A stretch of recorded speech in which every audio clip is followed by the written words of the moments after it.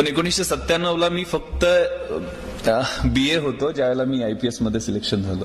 BA इतिहास शिवाजी विद्यापीठ कोल्हापूर. आणि त्यानंतर मी सर्व्हिसमध्ये असताना MA एक्सटर्नल केलं. LLB लातूरला SP होतो, नांदेडला ऍडिशनल SP होतो, त्यावेळेला LLB कम्प्लीट केलं. आणि ट्रेनिंगच्या पिरियडमध्ये उस्मानिया युनिव्हर्सिटी हैदराबाद मधून MBA कम्प्लीट केलं. आणि 1997ला वयाच्या 23व्या वर्षी एका वर्षी deputy collector, sales tax inspector आणि IPS, डेप्टी कलेक्टर आणि सेल्स टॅक्स इन्स्पेक्टर या MPSCतनं आणि IPSCतनं UPSC मधनं असं 3 पोस्ट एका वेळेला मिळालेल्या होत्या.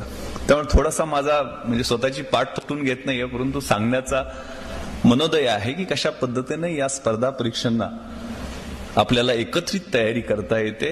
आणि काही कृत्या असतात, काही प्लॅनिंग असतात की जे तुम्हाला या वयामध्ये भविष्य काळासाठी उपयोगी पडू शकतील. माझं गाव हे खूप छोटं आहे. कोकरूड नावाचं गाव आहे शिराळा तालुक्यात. 32 शिराळा आपण ऐकलं असेल. अगदी वारणीच्या कुशीत आणि सह्याद्रीच्या मुशीत वसलेलं हिरवगार असं देखणं गाव आहे. तिन्ही बाजूनं नदी जाते. लहानपण अगदी आंब्याच्या जांभळाच्या झाडावर जाणे, नदीला जाऊन मासे पकडणे, घरी आल्यानंतर म्हैशीच्या धारा काढणे, हे तुमच्यापैकी 70-80% मुलांचं जसं असेल तसंच माझं गेलेलं होतं. वडील नावाजलेले पैलवान, गावचे सरपंच, त्यामुळे लहानपणी त्यांची खूप इच्छा होती की मी चांगला पैलवान व्हावं. मी आता ताईंना हेच सांगत होतो की पोलिओची चर्चा चाललेली होती, तर त्यांनी मला लहानपणी आई आग्रह करत असताना पोलिओचा डोस देऊन दिला नव्हता की पैलवानाचा पोरगा आहे त्याला काय होतं. तर ते मला पोलिओचा ताप आलेला होता. सुदैवानं एका डॉक्टरच्या चांगल्या ट्रीटमेंटमुळे मी लवकर बरा झालो. वेळीच मला फायदा झाला. आणि असं शाळेत ज्यावेळेला जायला लागलो त्यावेळेला शाळेपेक्षा तालमीत जावं अशी त्यांची खूप इच्छा असायची. पण तालमीत गेलं तर एक संजय माने नावाचा पैलवान, आता तो कॉन्स्टेबल आहे, तो मला सारखा उचलून आपटायचा.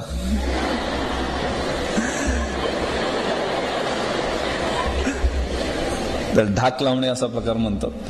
त्यामुळं माझं काय तालमीत चालत नाही. तर हे काय कामाचं नाही आहे, हे काय कुस्ती खेळू शकणार नाही, शाळेत जाऊ दे या ऍटिट्यूडनं मला शाळेत पाठवण्यात आलं. मग शाळेत मात्र जरा थोडी पैलवानाचा मुलगा, सरपंचाचा मुलगा म्हणून दादागिरी चालायचीच. मग शाळेत गेल्यानंतर कुठं बसणार मी, तर वर्ग शिक्षिकेच्या खुर्चीवर. कारण शिक्षक तिरक्या डोळ्यानं बघायचे नाहीत, अरे पैलवानाचा पोरगा आहे, सरपंचाचा पोरगा, कशाला नादाला लागायचं त्याच्या. आणि नवीन एक बाई येणार होत्या, पण मी माझ्या नेहमीप्रमाणे स्टाईलमध्ये जाऊन खुर्चीत बसलेलो होतो. 6वीला होतो. अशीच कुणावर तरी दादागिरी चाललेली होती, छडी हातात होती माझ्या. त्या बाई आल्या, कदमबाई वर्गात आल्या, माझ्याकडे पाहिलं, मी का उभा राहिलो नाही, आल्या जवळ आणि कानाखाली 2 आवाज काढले. बाई म्हणाले, अरे विश्वास, तू स्वतःला काय समजतोस? सरपंचाचा मुलगा, पैलवानाचा मुलगा, असाच मोठा होशील, गावगुंड होशील, किड्यामुंगीसारखा जगशील आणि मरून जाशील. तुझं स्वतःच अस्तित्व काय राहणार नाही. मला ते शब्द झोंबले. माझं स्वतःचं अस्तित्व काय? 6वीला होतो, वय वर्ष 7, 8, 10 असेल काय. आणि पटलं नाही मला की आपल्याला काहीतरी चुकतंय आपलं. घरी गेलो मी, वडिलांना म्हटलं मला शाळेत जायचं नाही, मला माझी ओळख बनवायची. अरे वडील म्हणे शाळा शिकूनच ओळख बनवता येते. म्हटलं मी शाळेत जाणार नाही मी इथल्या. मग कुठं जाणार? तालुक्याच्या ठिकाणी शाळेला जाणार म्हटलं. न्यू इंग्लिश स्कूल 32 शिराळा या ठिकाणी मला ऍडमिशन घेतलं. सकाळी बस पकडायची 8 वाजताची. 18 किलोमीटर असले तरी रस्ते खूप कच्चे होते, त्यामुळे 1.5-1 तास लागायचा. परत संध्याकाळी 5च्या बसने यायचो परत. वडिलांचंही त्यावेळेला प्रमोशन झालं, ते पंचायत समितीचे सभापती झाले, जिल्हा परिषदेला निवडून येऊन. पण त्यांना मी सक्त बजावून सांगितलं की मला माझी स्वतःची ओळख बनवायची, तुम्ही माझ्या शाळेत यायचं नाही. आणि ते शेवटपर्यंत माझ्या शाळेत आले नाहीत. अनेक कार्यक्रमांना त्यांना बोलवण्यात आलं, पण ते आले नाहीत. 10वीचं वर्ष होतं. शिक्षकांचा रोल किती महत्वाचा असतो ह्या विद्यार्थ्यांसाठी सांगतो. 10वीचं वर्ष होतं. आमचे गायकवाड सर पीटीचे शिक्षक होते. त्यांना कळायचं की पोरगं हुशार आहे, 70-75% मार्क पडतायत, तर याला जाण्या येण्याचा वेळ खूप वाया जातोय. मग 17 किलोमीटर, 1 तास संध्याकाळी, 1 तास सकाळी. तर त्यांनी मला सांगितलं की तू विश्वास माझ्या घरी राहा, तुला काय घराचं भाडं द्यायचं असेल, मेसचं पैसे देत येतोस तर घरी माझ्या खर्चाला ते मी काय नाही म्हणत नाही, तुझा स्वाभिमान दुखवत नाहीये, पण तू घरी राहा, तुझा वेळ वाचेल, माझ्या घरात एक रूम आहे. ठीक आहे म्हटलं सर. जशी तुम्ही म्हणाल, पण सरांना एक सवय होती ती मला माहित नव्हती, ते पहाटे 3 वाजता उठायचे.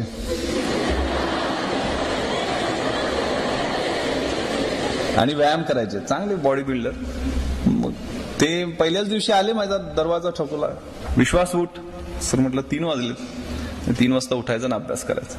तुला अभ्यासात पहिला नंबर मिळवायचा आहे. या कॉलेजमध्ये तुला 75% मिळवत असतील तर तुला 85-90% मार्क पाडायचे आहेत. आणि त्यांनी मला 3 वाजता उठवायला सुरुवात करायची. थंड पाण्याच्या, थंडीच्या दिवसात थंड पाण्याच्या नळाखाली बसवायचे. 3:30ला मला फ्रेश करून अभ्यासाला बसवायचे. 3:30 ते 8:30-9 पर्यंत माझा अभ्यास असा व्हायचा की जे काही वाचेल ते डायरेक्ट ब्रेन मध्ये जायचं. इतका चांगला अभ्यास झाला, कधी मी स्वप्नात सुद्धा विचार केला नव्हता एवढे मार्क, म्हणजे 88 साली 88% मार्क मिळवून मी तालुक्यात पहिला आलो.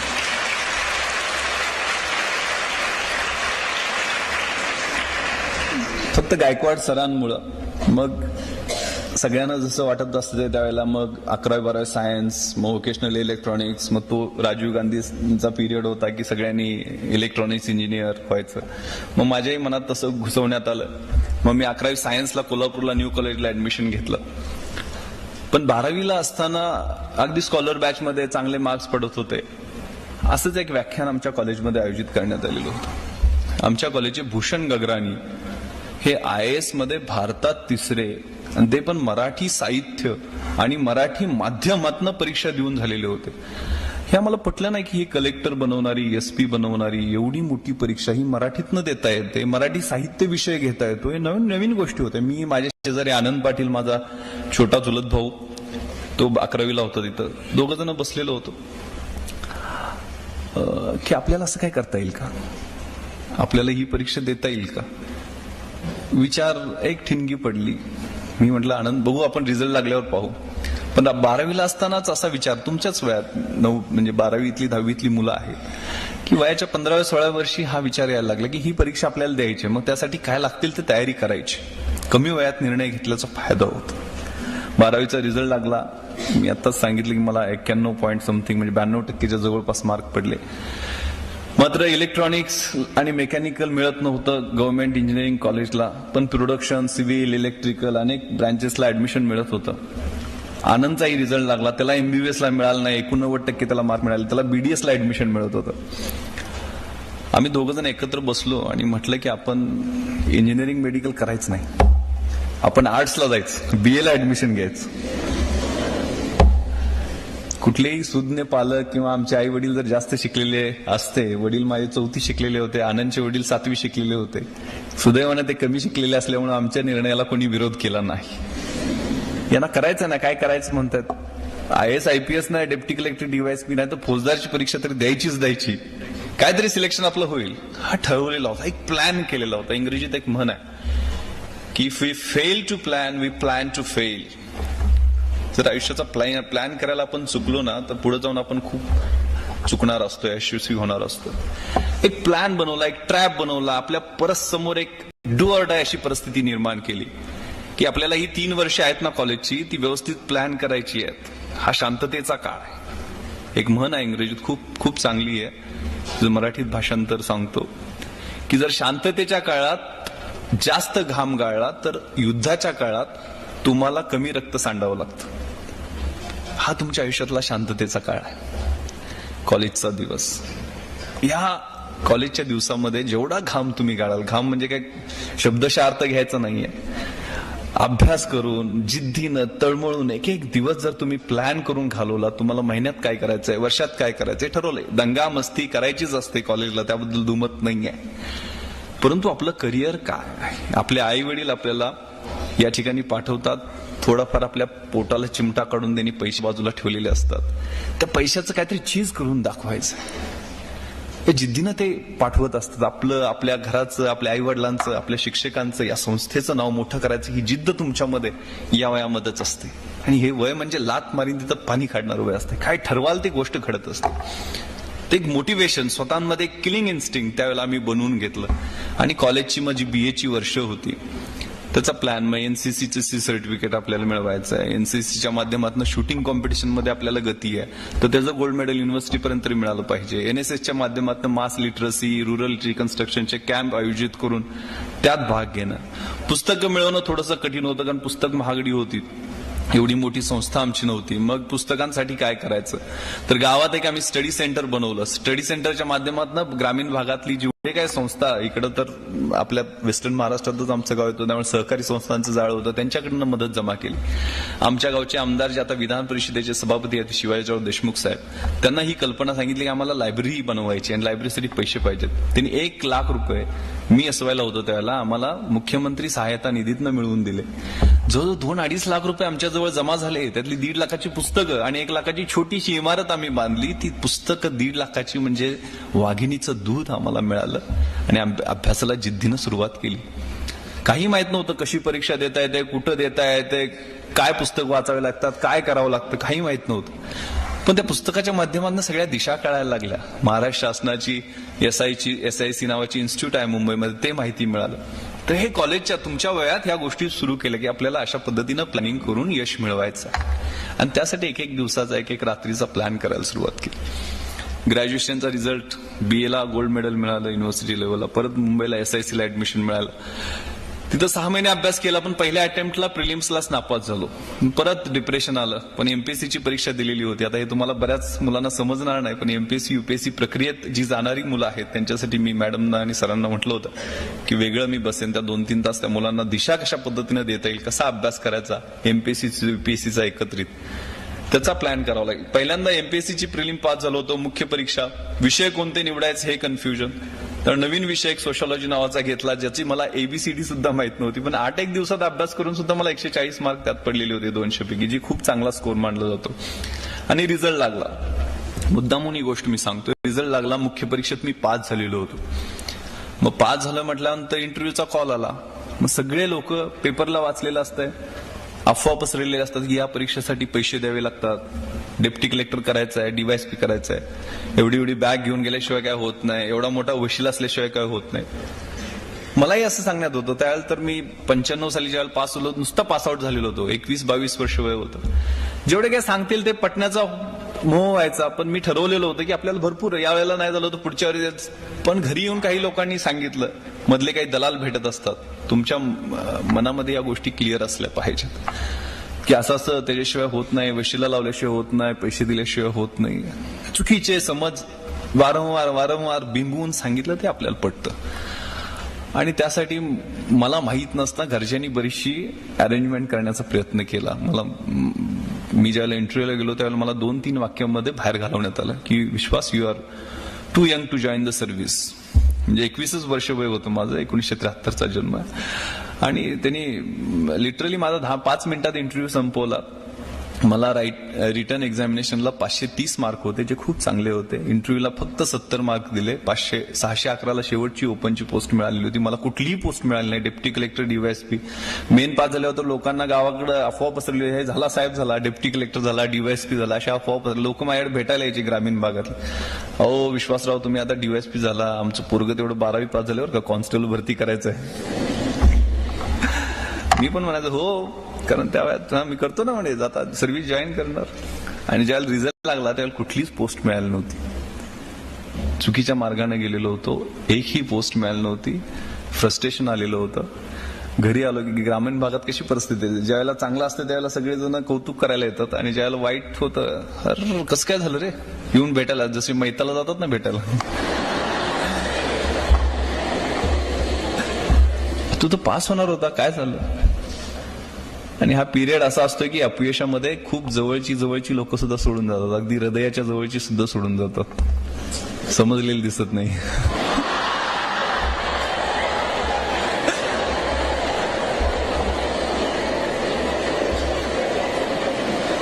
त्यामुळं एक बॅड पॅच, 1996 वर्ष मी बॅड पॅच मानतो की असा वाईट अनुभव आल्यामुळं मी ठरवलं की मला स्वतःच काय जमणार नाही आता. त्यावेळेला जिल्हा परिषदेची इलेक्शन पण लागलेली होती. वडील ऑलरेडी जिल्हा परिषद मेंबर होते. त्यांना म्हटलं की मला काही अभ्यासाचं जमणार नाही, मला काय जिल्हा परिषद तिकीट मिळवून देताय का, बघा माझं वय भरतंय आता. तर वडिलांनी खूप चौथी शिकलेले होते, पण खूप समंजस, सरळ मार्गी. त्यांनी मला सांगितलं, विश्वास, तुला स्वतःचं, तू आता म्हणतोयस ना, तर ही गोष्ट ब्लेसिंग इन डिस्गाइज, इष्टापत्ती म्हणून समज आणि जिद्दीला कामाला लाग. येणाऱ्या वर्षात अभ्यास कर, जर झालं नाही तर बघू ना, आपलं काय शेतीवाडी चांगली आपली, काय प्रॉब्लेम नाही. पण तुला नापास झालाय, तुझा अपमान झाला असं वाटतंय ना, तू अभ्यास कर. आणि 97ला मी अभ्यास करायला सुरुवात केली. माझ्याकडे डायरी आहे. माझी मुंबईला SICत मी ऑलरेडी होतो, त्यामुळे परत तिथं ऍडमिशन मला मिळाली नाही. राहण्याची सोय लवकर जवळ होत नव्हती. आंबिवली स्टेशन कल्याणच्या समोर आहे, कल्याणच्या पुढं जवळजवळ 80 किलोमीटर. त्या ठिकाणी आत्तेभाऊच्या फ्लॅटवर राहायची सोय झाली. तिथं मला गायकवाड सरांनी जी सवय लावलेली होती ना 10वीची, ती आठवली. तिथं मी 3ला उठायचो, 3:30ला मी 3:30ची ट्रेन पकडायचो आणि 5:30ला मी VT स्टेशनला पहिला माझ्या लायब्ररीत जाणारा मुलगा असायचो. सकाळपासून संध्याकाळपर्यंत 8:30 पर्यंत अभ्यास करायचो. एक जीन्स, एक गोलगळ्याचा टी-शर्ट, स्लीपर, दाढी वाढलेली, अशा पद्धतीनं तळमळीनं एक 8 महिने अभ्यास केला, 8-9 महिने. आणि त्यावेळेला मग MPSCतनंही deputy collector, sales tax inspector, PSI 3ही परीक्षा दिलेल्या होत्या, वेगवेगळ्या परीक्षा झालेल्या होत्या. 3-3-9 प्लस फिजिकल ते PSIची असते ती धरून 10 आणि IPSच्या प्रिलिम मेन्स इंटरव्ह्यू 3, म्हणजे 13 परीक्षा 8 महिन्याच्या काळात मी नॉनस्टॉप पास होत गेलो.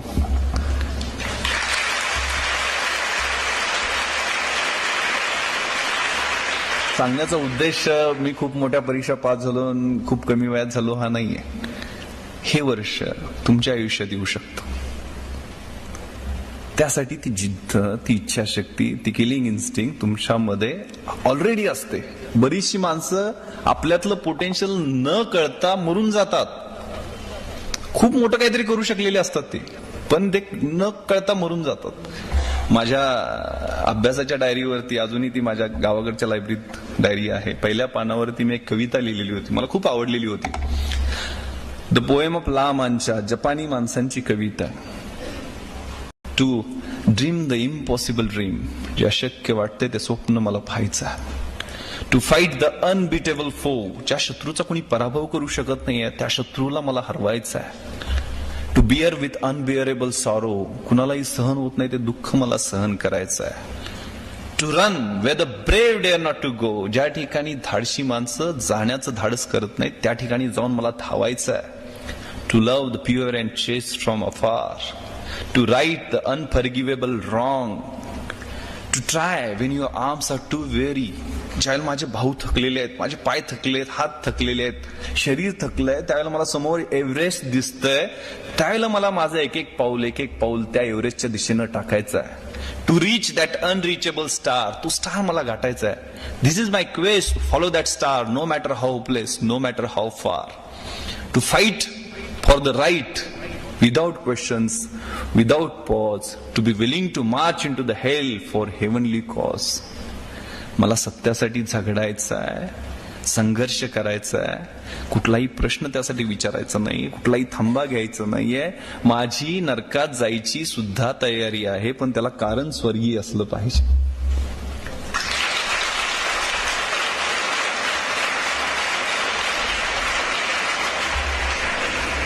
ही इच्छाशक्ती त्या अभ्यास करताना समोर होती.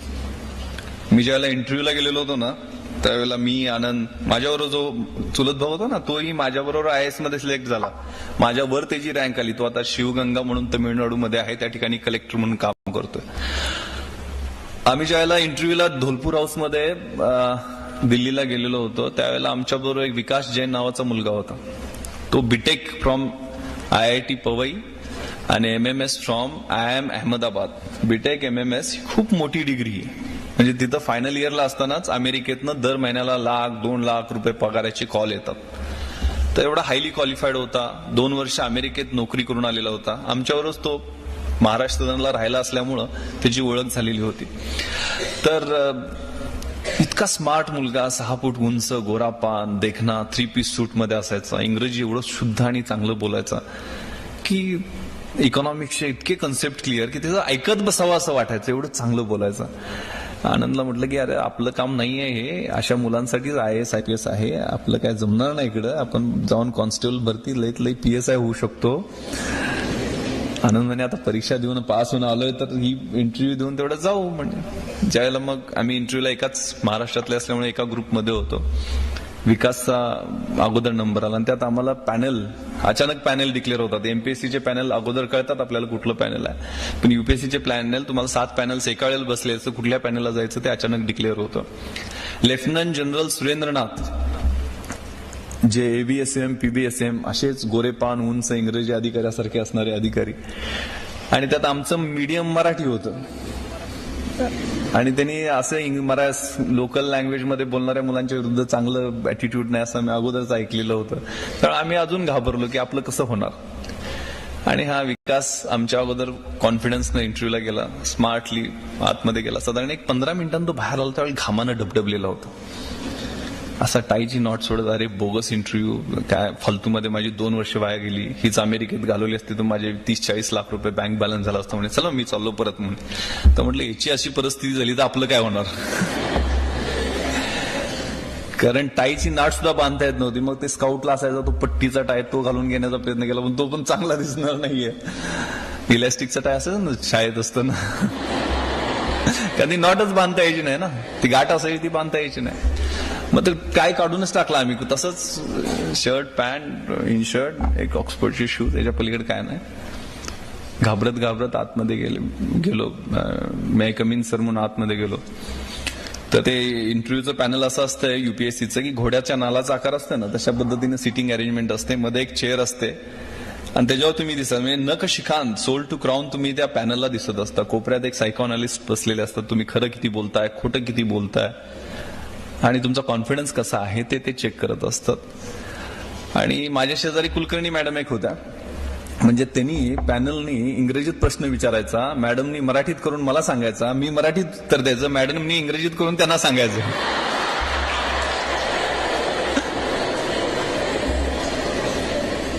अशी दळबद्री परिस्थिती.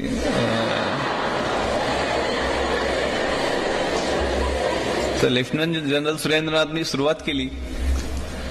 विश्वास why don't you speak in English. मराठीत सांगतो आता सगळ्यांना, गावाकडचीच पुरात माझ्यासारखीच असणं त्यावेळेच मी. तू इंग्रजीत का बोलत नाहीस, तुझं माझं थेट संभाषण होईल, there will be direct communication. मी म्हटलं sir I am from rural background, मी खेड्यातला आहे, प्लीज मला मराठीत बोलू दे, मी कम्फर्टेबल फील करेल. ते म्हणे Vishwas you try in broken English, मोडक्या इंग्रजीत बोलू म्हणे. म्हटलं sir okay I will try my best. म्हटलं सर मी माझा प्रयत्न करतो. त्यांनी विचारलं Vishwas you have been graduated 94 मध्ये ग्रॅज्युएट झालायस, 3 वर्ष तू काय कर, व्हॉट आर यू डुईंग. मी उत्तर दिलं sir I have established one competitive study centre at my village which works for the upliftment of the rural youth as well as for disseminating rational and viable ideas in rural folks. ते चाट पडले, अरे you speak very good English. पण तेवढंच उत्तर मी पाठ करून ठेवलेलं होतं.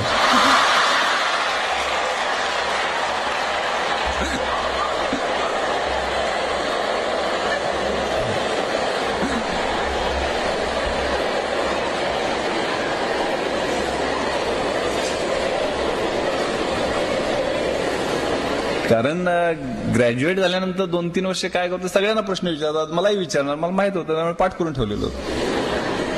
त्यानंतर माझं खरं इंग्रजी बाहेर यायला लागलं. पुढचा प्रश्न काय होता, माझा मराठी साहित्य विषय होता आणि त्यांनी मला विचारलं की Vishwas you might have heard about Ghashiram Kotwal. Ghashiram Kotwal बद्दल ऐकलं असशील, वाय इट वॉज कंट्रोवर्सी, वादग्रस्त का झालेलं होतं. मी उत्तर दिलं sir Ghashiram Kotwal was drama written by Vijay Tendulkar and it was controversial because Nana Fadnavis was shown as behind women person. आता त्यांना बिहाइंड वुमेनचा अर्थच कळेल ना.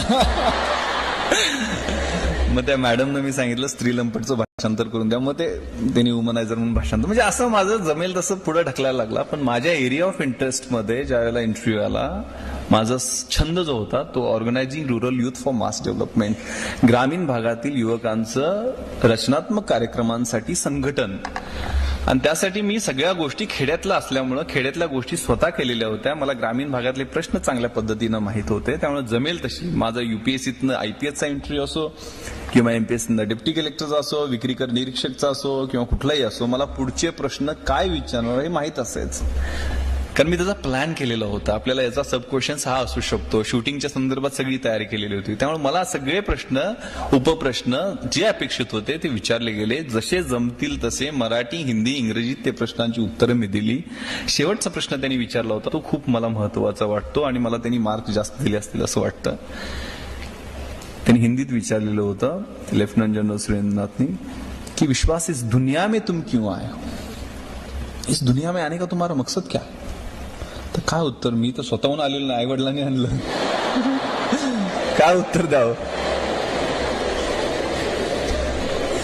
काय म्हणजे कलेक्टर झालो तर ग्रामीण भागातले प्रश्न सोडवेन, लोकांच्या समस्या सोडवेन, गरिबांचे अश्रू पुसण्याचं काम करेन, असं काहीतरी उत्तर दिलं असतं तर ते बोगस नकली वाटलं असतं. मी क्षणभर माझ्या भूतकाळाकडे पाहिलं. मला बाहेर बसलेला आनंद दिसला. तोही इंटरव्ह्यूसाठी आलेला होता.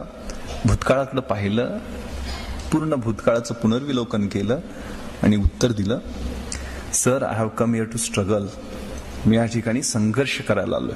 आतापर्यंत प्रतिकूल परिस्थितीशी संघर्ष करत इथपर्यंत पोहोचलोय आणि इथं तुम्ही मला जर सिस्टम मध्ये येण्याची संधी दिली तर सिस्टम मधल्या वाईट गोष्टींच्या विरुद्ध संघर्ष करायची इच्छा आहे.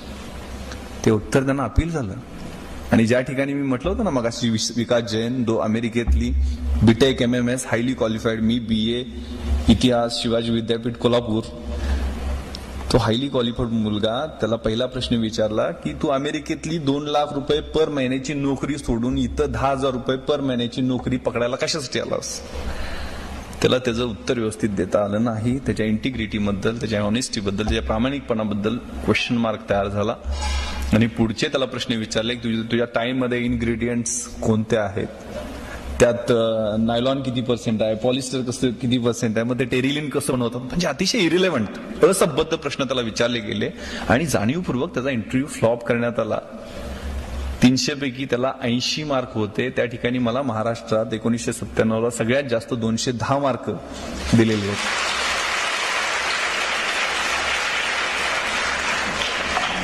सांगण्याचा उद्देश एवढाच आहे की झाकली मूठ 1.25 लाखाची ठेवू नका. ओपन अप, बी पॉझिटिव्ह. आपल्यामध्ये असते ते, आपल्यामध्ये पोटेन्शियल असतं. एका अणूमध्ये जर विश्व उद्ध्वस्त करण्याची शक्ती असेल तर आपल्याला 2 हात, 2 पाय, 2 डोळे, सगळं चांगलं फिट शरीर दिलेलं आहे. अभ्यास करून कुणाच्या अंगाला भोकं पडलेत किंवा कोण मेलाय असं मी काय ऐकलेलं नाहीये. ही संधी आहे. जसं जमेल तसं प्रामाणिकपणे सांगत गेलो आणि यश मिळत गेलं. त्यामुळं हा वेळ आहे ना, हा खूप महत्वाचा आहे. तुमच्या आयुष्यातला कन्स्ट्रक्टिव्ह पिरियड आहे. मात्र इथं वळणही वेगळं लागू शकतं. या वयात अनेक काय म्हणतात ते 16 वर्ष धोक्याचं, आपण चुकीच्या मार्गालाही जाऊ शकतो. एखादी चमकणारी गोष्ट असते, चकाकणारी गोष्ट असते, आपल्याला वाटतं ते सोनं आहे.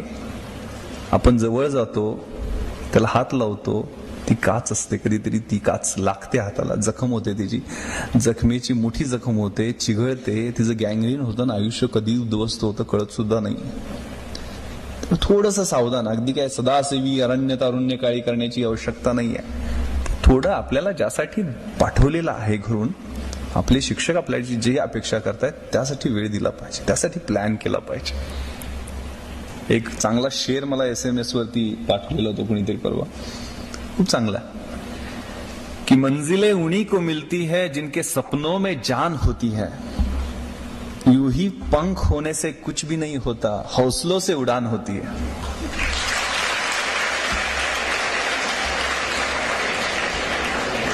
तुमच्यातला हौसला, तुमच्यातली जिद्द, तुमच्यातली इच्छाशक्ती, या गोष्टी तुमचं स्वप्न पूर्ण करणार आहेत.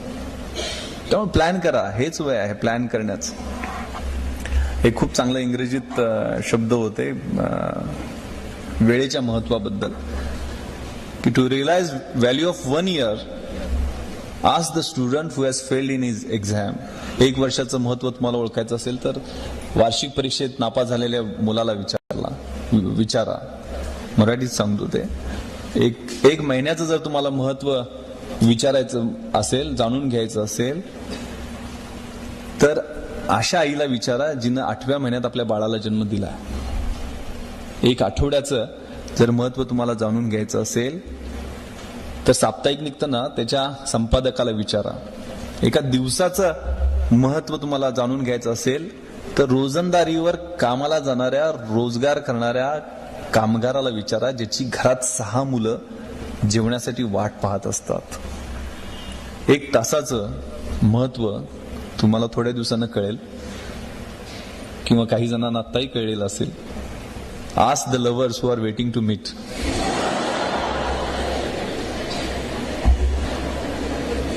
1 मिनिटाचं महत्व तुम्हाला जाणून घ्यायचं असेल तर ज्याची ट्रेन चुकली आहे अशा माणसाला विचारा. 1 सेकंदाचं महत्व तुम्हाला जाणून घ्यायचं असेल तर त्याचा नुकताच ऍक्सिडेंट चुकलाय ना, ऍक्सिडेंट मध्ये वाचलाय, त्याला विचारा. आणि सगळ्यात महत्वाचं, to realise value of 1 millisecond, सेकंदातल्या 10व्या भागाचं तुम्हाला महत्व जाणून घ्यायचं असेल तर ask the runner who has won silver medal in Olympics.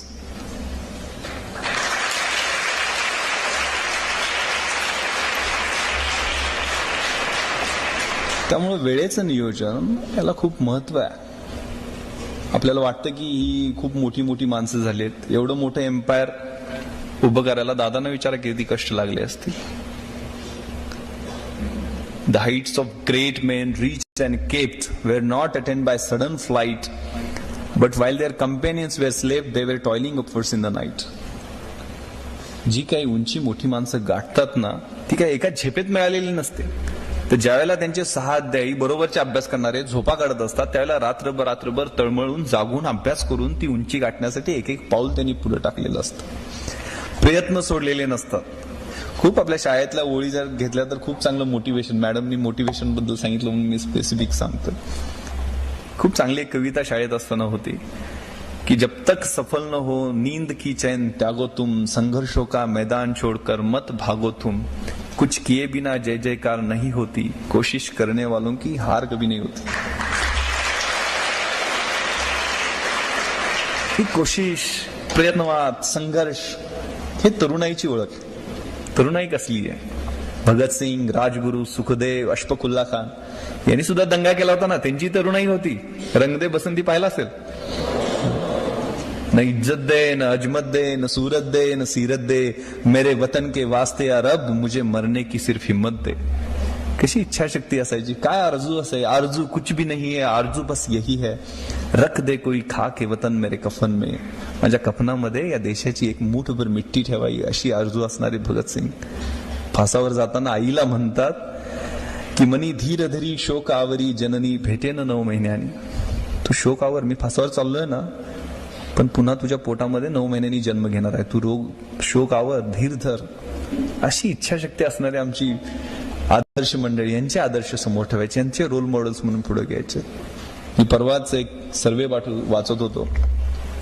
आजकालची आपली मुलं आपलं कॉलेजचं शिक्षण पूर्ण होई तोपर्यंत 20,000 तास टीव्ही पाहतात. 20,000 तासामध्ये 15,000 खुनाचे सीन, मर्डरचे सीन, 12,000 रेपचे सीन आणि 1,00,000 अश्लील जाहिराती पाहतात. त्यांच्या पुढे किती आईबापांनी शिक्षकांनी बोंब मारून सांगण्याचा प्रयत्न केला तर कसा फरक पडणार, असा एक सर्वे आला होता. आणि त्यात असं म्हटलेलं होतं की आजचे प्रश्न शाळेचे तास चुकवणे, शाळेमध्ये टिवल्या बावल्या करणे, विमान फेकणे अशा पद्धतीचे आहेत. म्हणजे शाळेतले प्रश्न, बंक करणे क्लासेस. पण उद्या जाऊन हे प्रश्न, शाळेतले प्रश्न, कॉलेजचे प्रश्न, हे गर्भपात, एड्स, चाकू सुऱ्यांचा वापर अशा पद्धतीचे भयानक होऊ शकतात. तर वेळीच आपल्याला सावध व्हायला नको का? तर विचार करण्याची बरेच आपली संस्कृती सांगते, यत्र नार्यस्तु पूजन्ते रमन्ते तत्र देवता. ज्या ठिकाणी नारीची पूजा होते त्या ठिकाणीच देवता वास्तव्य करतात, आणि ज्या ठिकाणी होत नाही तिथं त्राफला क्रिया, कुठलीही क्रिया यशस्वी होत नाहीये.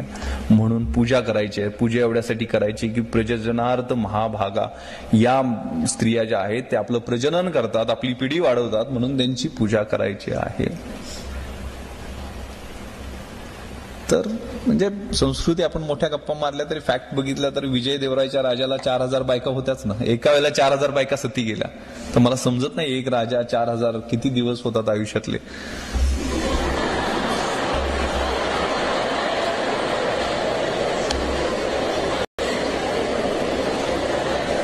म्हणजे मोठ्या संस्कृतीच्या गप्पा आपण करतो. पिता रक्षती कौमार्य, भर्ता रक्षती यौवने, पुत्रो रक्षती वार्धक्ये, न स्त्री स्वातंत्र्य अर्हती, अशी काही सुभाषित असतात. सांगण्याचा उद्देश असाच आहे की आपलं जे स्वत्व आहे, व्यक्तिमत्व आहे, ते स्वतःहून बनवल्याशिवाय उद्या तारणारं कोणी नाहीये.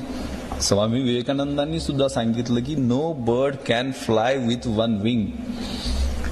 त्यामुळे स्त्रियांना जर पुरुषाच्या बरोबरीनं जपान, जर्मनी, US हे देश पुढे वेगानं का गेले, फिनिक्स पक्षासारखे ते मोठे का झाले, राखेतून का उभा राहिले, तर तिथं स्त्रिया आणि पुरुष एका वेळेला खांद्याला खांदा लावून या देशाच्या प्रगतीसाठी त्यांनी काम केलं. आमच्या बॅचमध्ये एक भारती जजोरिया नावाची मुलगी होती.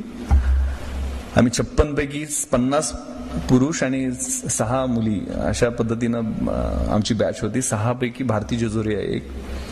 आमच्या वर्षाच्या शेवटी ॲक्वॅटिक मीट असते, म्हणजे पोहण्याच्या स्पर्धा, आणि त्याचे 9 गोल्ड मेडल असतात वेगवेगळ्या इव्हेंटचे. मग त्यात free style, best stroke, back stroke, butterflies अशा 50 मीटर, 100 मीटर अशा वेगवेगळ्या इव्हेंट होतात. तर भारती जजोरिया ही एका ट्रॅकमध्ये पोहत होती आणि 6 ट्रॅक इतर जे होते, ऑलिम्पिक साईजचा स्विमिंग पूल अकॅडमी मधला आमचा, त्या इतर 6 ट्रॅकमध्ये आम्ही 6 जण, 6 पुरुष मंडळी दरवेळेला चेंज व्हायचे. प्रत्येक इव्हेंटला 50 मीटरला वेगळे, 100 मीटरला वेगळे, रिलेला वेगळे, म्हणजे प्रत्येक इव्हेंटला आम्ही वेगळे वेगळे व्हायचो. पण भारतीनं तो ट्रॅक सोडला नव्हता. ती एकटी प्रत्येक इव्हेंटमध्ये पोहत होती आणि त्या एकटीनं 9च्या 9 गोल्ड मेडल घेऊन गेली.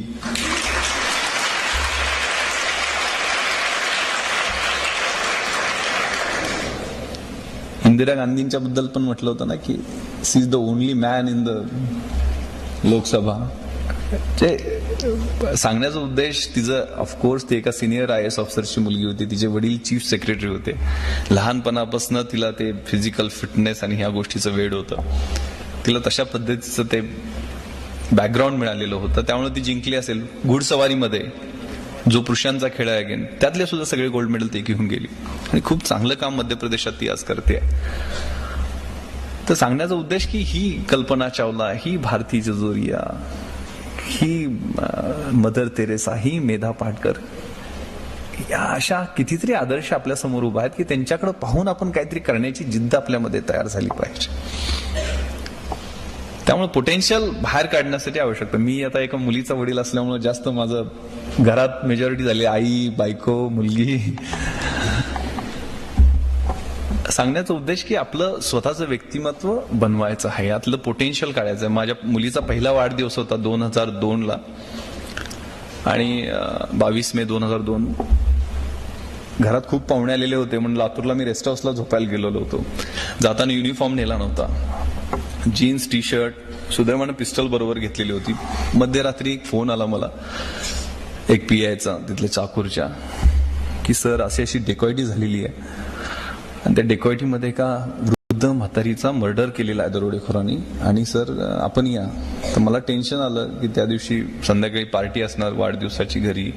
त्यात मी ते मगाशी जे सांडपाण्याचं उद्यान मी म्हटलं होतं SP ऑफिस समोर खूप 2 एकरमध्ये आम्ही बनवलेलं होतं आणि ते अभिषेक बच्चन आणि अजय देवगण त्या दिवशी लातूरला शूटिंगसाठी जमीन पिक्चर चाललेलं, त्यांनाही पार्टीत बोलवलेलं असतं. मग मीडियामध्ये येणार, पेपरवाले लिहिणार की SP पार्टीत बिझी, दरोडे, वृद्धेचा खून वगैरे. टेन्शन आलं मी की संध्याकाळचा कार्यक्रम कॅन्सल करायचा म्हणून मी सांगून 3 वाजताच कॉलेज गाडी होती, कॉलेजनं मी निघालो. शेतातनं पोहोचलो स्पॉटवर. त्याला मी पाहिलं की भयानक पद्धतीनं त्या वृद्धेचा खून करण्यात आलेला होता. मी येताना सगळी नाकाबंदी ऑलरेडी लावलेली होती आणि मला तेवढ्यात कॉल आला. 4:30 वाजले असतील, थोडंसं तांबडं फुटण्याची वेळ झालेली होती की सर या ठिकाणी 3 जण आम्हाला बघून पळायला लागलेले आहेत आणि ते नक्की दरोडेखोर असावेत आणि ते साधारण पानगाव म्हणून रेल्वे स्टेशन आहे त्या ठिकाणावरनं पळालेले आहेत. चोर तिथंच जाणार होते. नॅचरल कोर्समध्ये या गोष्टी होत्या म्हणून मी पण त्या बाजूनच निघालो. तर PI तांबारेचा कॉल आहे की सर माझी गाडी फसली आणि मी पळू शकत नाही कारण माझं वजन 120 किलो आहे.